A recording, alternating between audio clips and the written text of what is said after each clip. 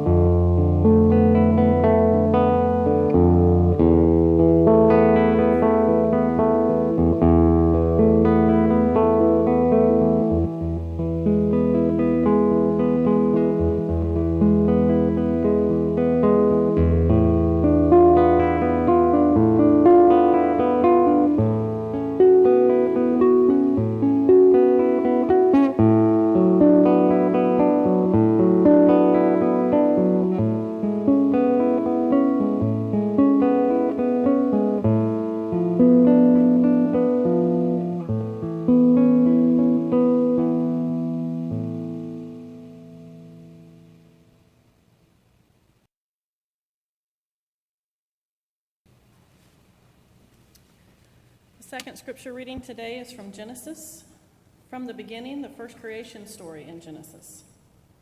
In the beginning, when God created the heavens and the earth was a formless void, and darkness covered the face of the deep, while a wind from God swept over the face of the waters.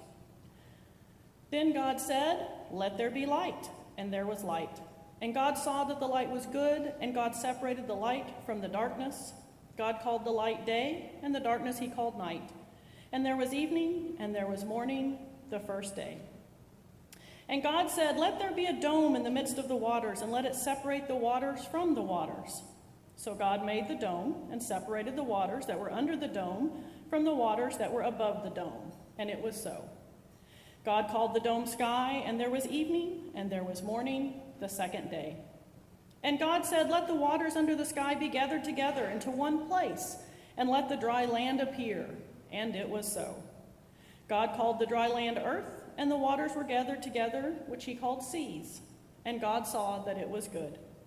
Then God said, "Let the earth put forth vegetation, plants yielding seed, and fruit trees of every kind on earth that bear fruit with the seed in it." And it was so. The earth brought forth vegetation, plants yielding seed of every kind, and trees of every kind bearing fruit with the seed in it. And God saw that it was good. And there was evening, and there was morning, the third day. And God said, "Let there be lights in the dome of the sky to separate the day from the night, and let them be for signs and for seasons and for days and for years. And let them be the lights in the dome of the sky to give light upon the earth." And it was so.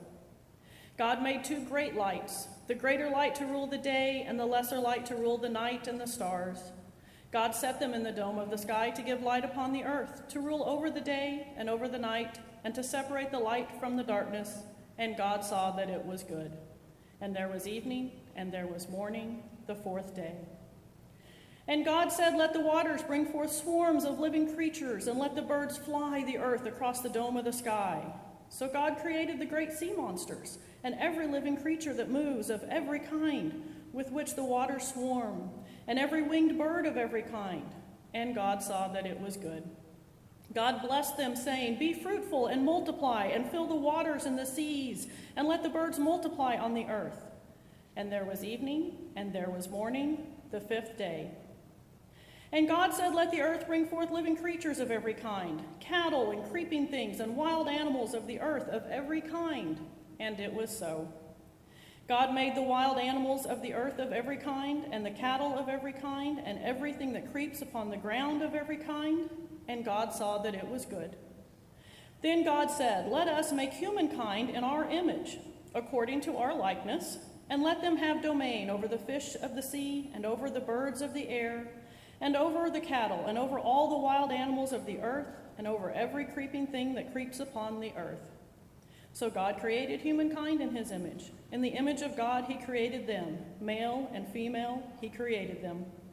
God blessed them. And God said to them, "Be fruitful and multiply, and fill the earth and subdue it, and have dominion over the fish of the sea, and over the birds of the air, and over every living thing that moves upon the earth." God said, "See, I have given you every plant yielding seed that is upon the face of all the earth, and every tree with seed in its fruit, and you shall have them for food. And to every beast of the earth, and to every bird of the air, and to everything that creeps on the earth, everything that has breath of life, I have given every green plant for food." And it was so. God saw that everything that he had made, and indeed it was very good. And there was evening, and there was morning, the sixth day. Thus the heavens and the earth were finished in all their multitude. And on the seventh day God finished the work he had done, and he rested on the seventh day from all the work that he had done. So God blessed the seventh day and hallowed it, because on it God rested from all the work that he had done in creation. These are the generations of the heavens and the earth when they were created.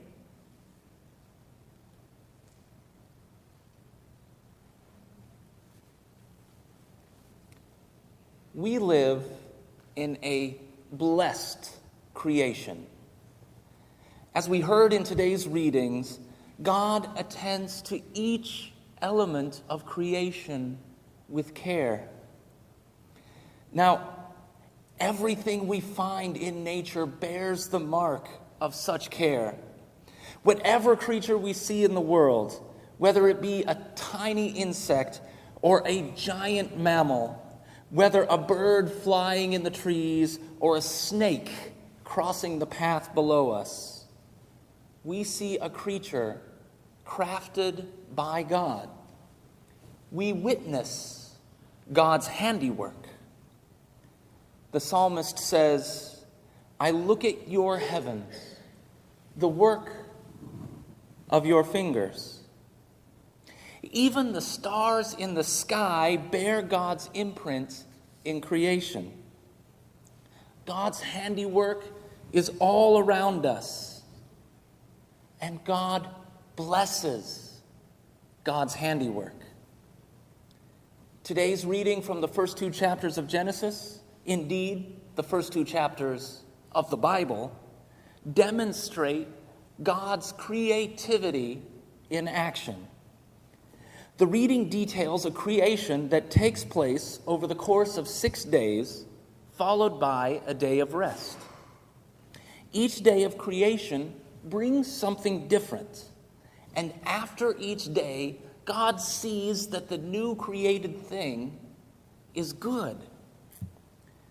In Hebrew, that word for good, tov, can mean of good quality, but here, I think it means delightful. When we observe creation, we not only do we delight in what we see, but so does God. Often when this reading comes up, people will discuss the differences between this account of creation and what we have learned from science in the years since this was written.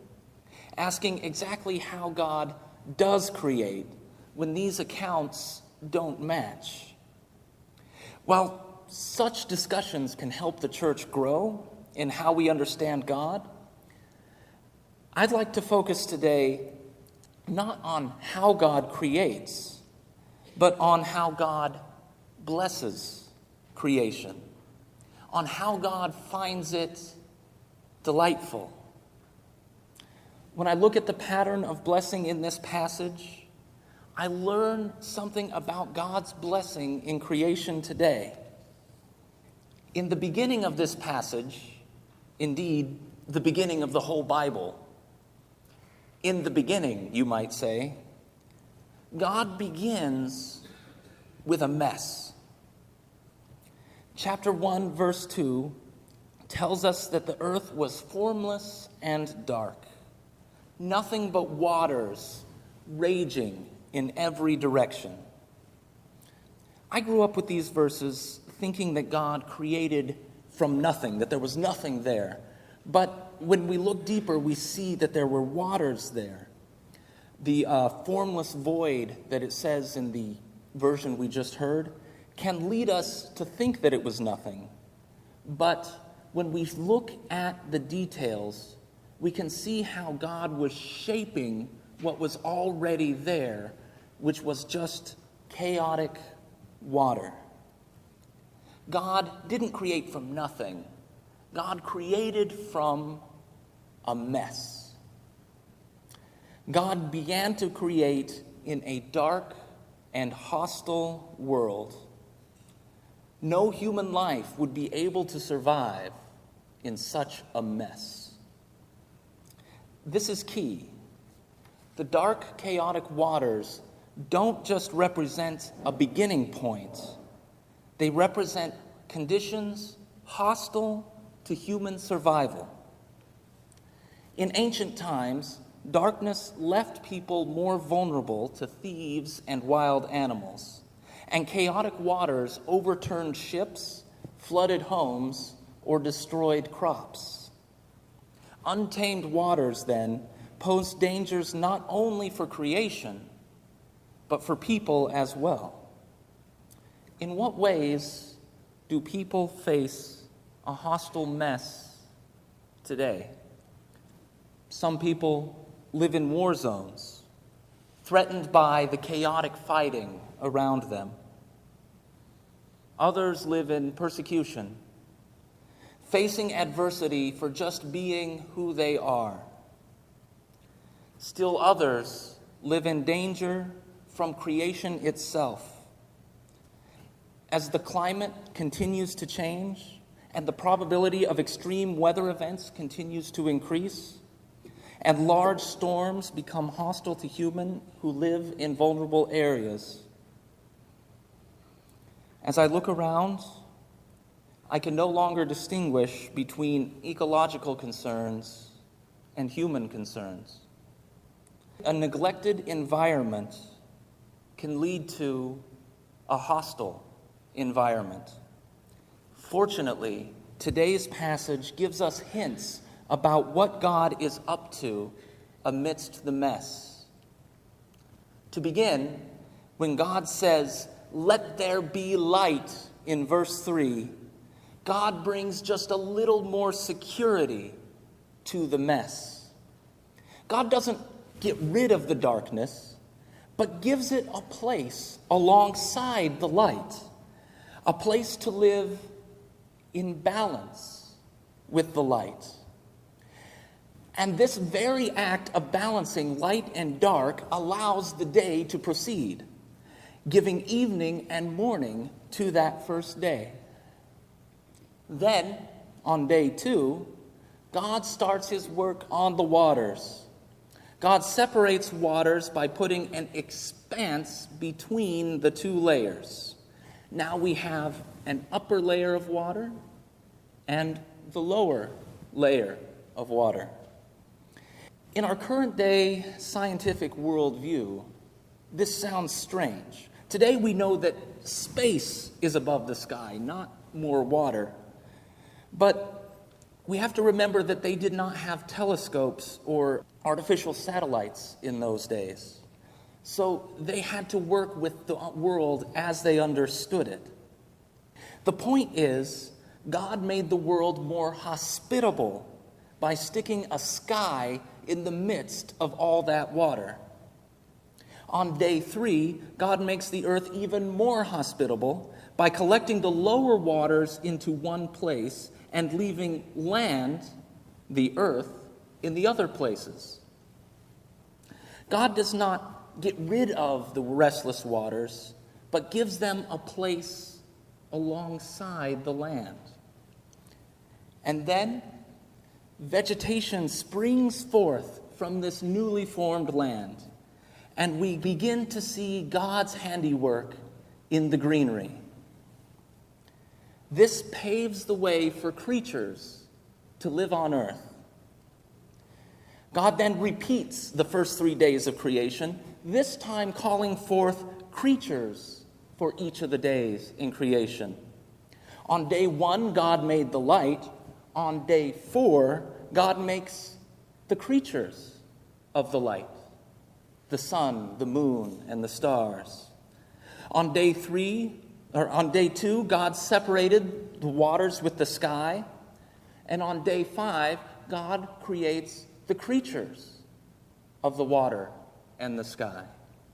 On day 3, God made room for land and vegetation. And on day 5, God calls the creatures of the land. During the first few days of creation, God makes the space. And then the next few days of creation, God creates the creatures. God blesses each of the creatures, saying, "Be fruitful and multiply. Fill the waters and the seas and the earth." In other words, God is saying to the creatures, "You belong in this place. There is room for you here." Finally, God calls forth God's crowning achievements. Humans. Humans now have a safe, plentiful, delightful place to live. While today's passage shows so much beauty in God's creation, the passage's main focus falls on God's particular love for humankind. Humans bear God's image. As verse 27 says, "So God created humankind in God's image. In the image of God, God created them. Male and female, God created them." God created this place where humans can live and thrive, and God blesses the humans, saying in verse 28, "Be fruitful and multiply, and fill the earth." In other words, God is saying, you belong in this place. There is room for you here. God works to make space for humans amidst hostility, and God blesses humans, offers life and fulfillment just for being humans. God blesses us. Chapter 1, verse 31 says, "God saw everything that God had made, and indeed it was very good." Then God offers another blessing. God rested on the 7th day, and God blessed that day. God blessed not the days of work, but the day of rest. Yes, God gives us light and air and plants and all kinds of wonderful creatures. But God also encourages us to pause amidst the mess, to just appreciate who we are. The Sabbath reminds the people that the mess does not rule. Hostility does not rule. Danger does not rule. Instead, rest gets a blessing. Peace gets a blessing. Delight gets a blessing. The work we do matters. And with the big mess we're facing, we have a lot to work for. But the Sabbath asks us to pause from that work and to take time outside that mess, to celebrate the blessings God bestows upon us just for being us. This weekend, South Street Christian Church will participate in the Greater Ozarks Pride Fest this coming weekend, I should say. Pride is a time when a community, in this case, the LGBT community, who has historically faced great hostility, can take time from the mess to just celebrate who they are.